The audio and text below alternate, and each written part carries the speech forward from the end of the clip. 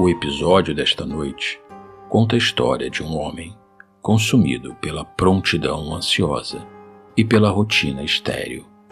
Ele recebe um enigma de um cliente idoso: ir até um lago e esperar pelo seu reflexo energético. Ao seguir a estranha instrução, ele abandona a lógica do tempo mecânico.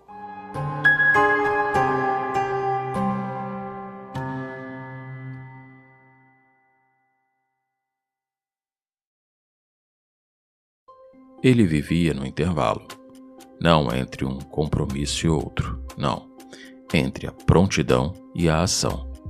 Esse era o seu habitat natural, um território mental nebuloso e viscoso.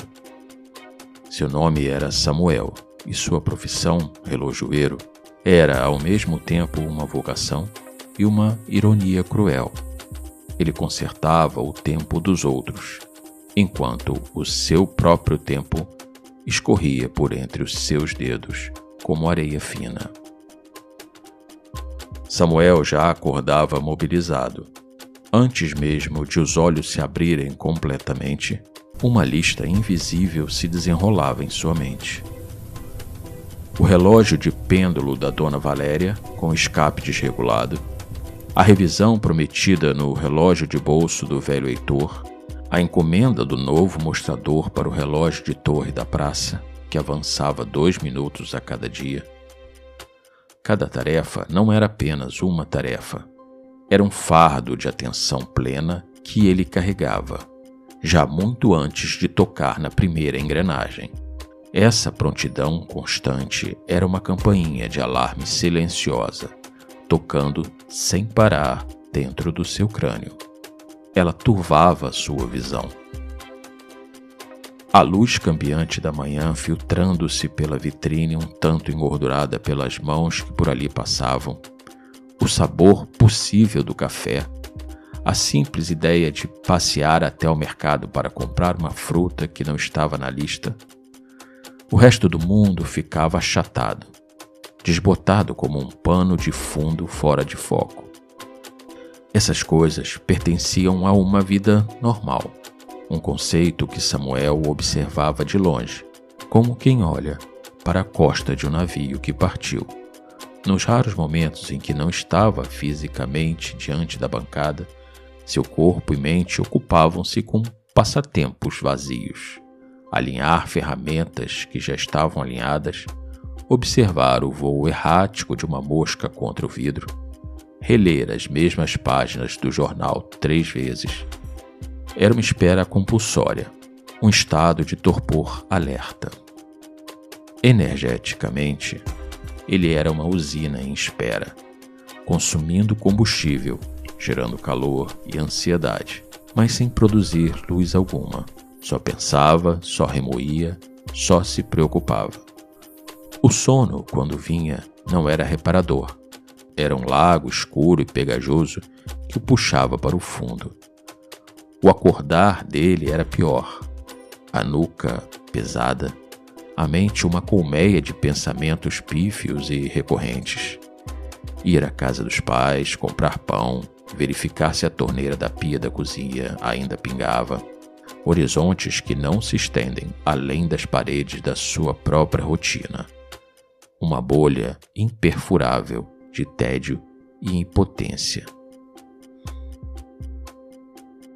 Um dia, após entregar o relógio de bolso perfeitamente ajustado ao velho Heitor, o homem, em vez de sair, ficou parado diante do balcão, seus olhos nublados fixos em Samuel.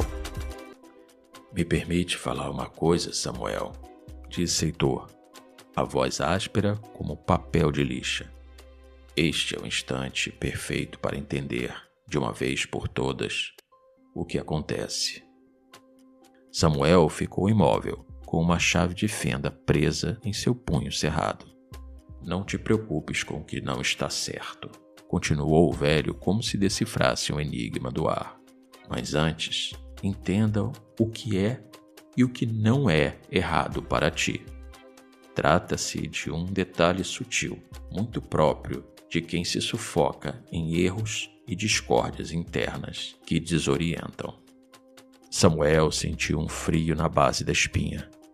E como faço isso? A pergunta saiu mais como um suspiro rouco. Heitor deu um leve sorriso que não alcançou seus olhos. Vá até o lago, o antigo, atrás da colina. Fique de pé à margem, de frente para a água. Concentre-se até que o seu reflexo energético seja sentido retornando a você. Aí entenderá. E antes que Samuel pudesse perguntar o que diabos era um reflexo energético, o velho havia saído. O tic-tac do relógio de bolso no colete marcando um ritmo perfeito logo se perdeu na rua. Samuel foi. Não sabia exatamente por quê, mas a ideia de ficar ali, naquela espera úmida e familiar, pareceu de repente mais insuportável do que a estranheza da jornada. O lago era um espelho âmbar sob o céu cinzento da tarde, imóvel, refletindo as árvores ao redor com uma fidelidade perturbadora. Ele parou à beira d'água, de frente para a vastidão parada, e esperou. Nada aconteceu. Apenas sua própria imagem, pálida e distorcida, olhava de volta. A prontidão habitual começou a coçar sua mente. Preciso voltar. A cliente pode chegar a qualquer momento.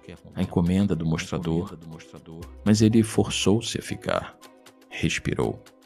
Olhou para o reflexo.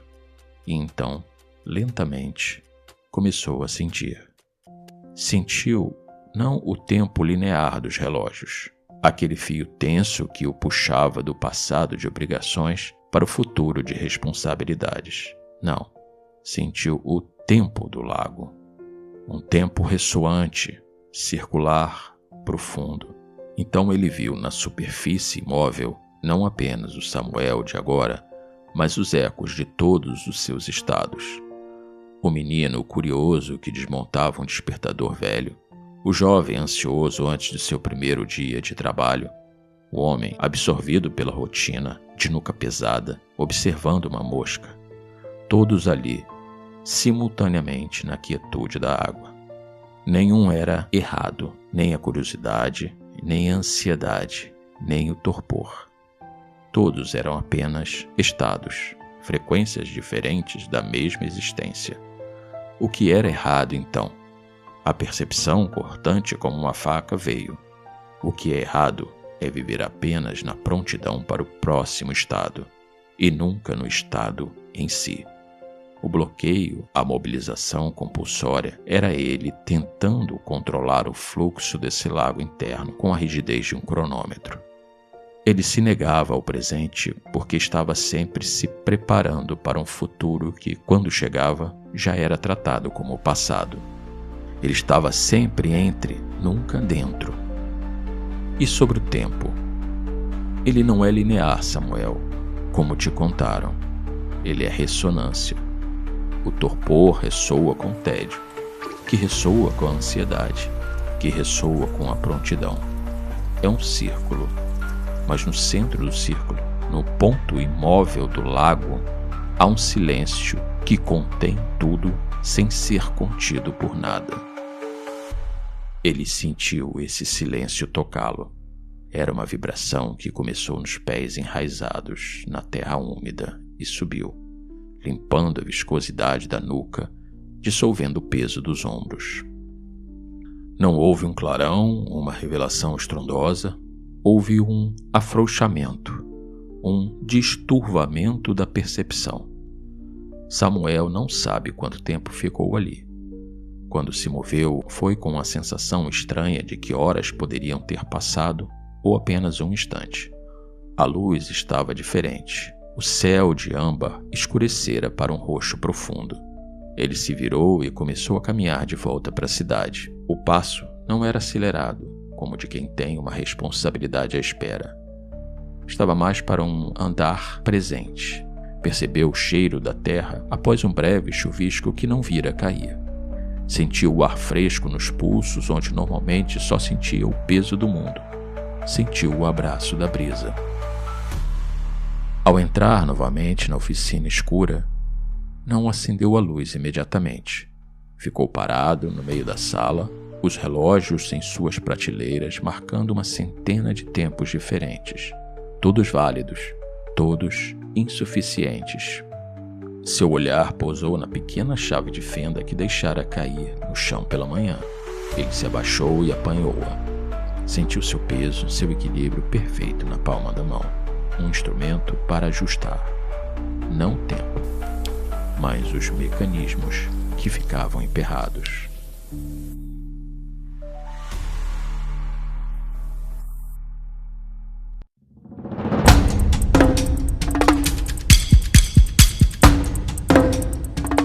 Essa história agora é sua. Ela mora onde moram todos os contos da Casa 12, no espaço entre o que se conta e o que se cala. Se ela ecoou em você, curta e compartilhe este episódio com alguém. Siga Contos da Casa 12 nas redes sociais. Afinal, algumas histórias só se completam quando são passadas adiante.